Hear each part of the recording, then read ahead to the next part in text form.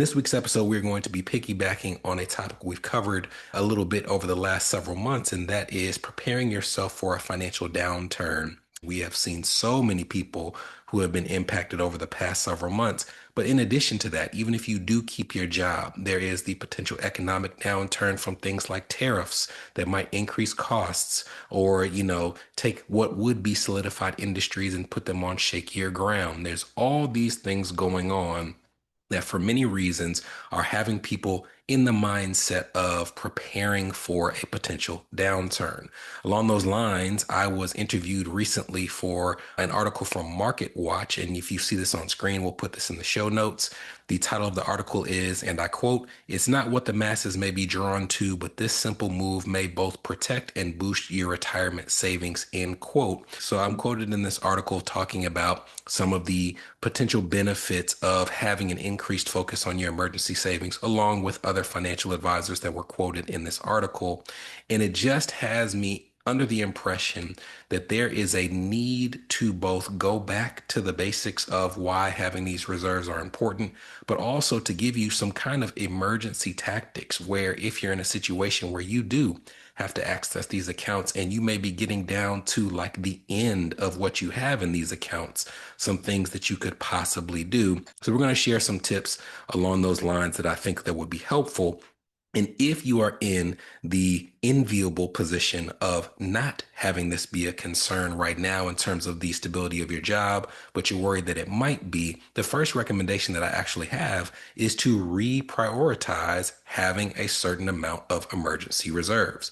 So what does that look like? We had some episodes at the very beginning in the launch of this podcast where we talked about what does it mean to have a sufficient reserve. And I'll tell you my opinion on it. My opinion is that it varies depending on the household, the comfort level, and the stability of employment.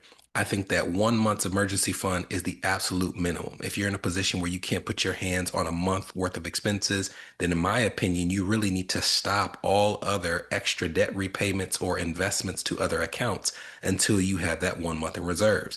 But after you've met that minimum, then you get into what to me is a more subjective territory.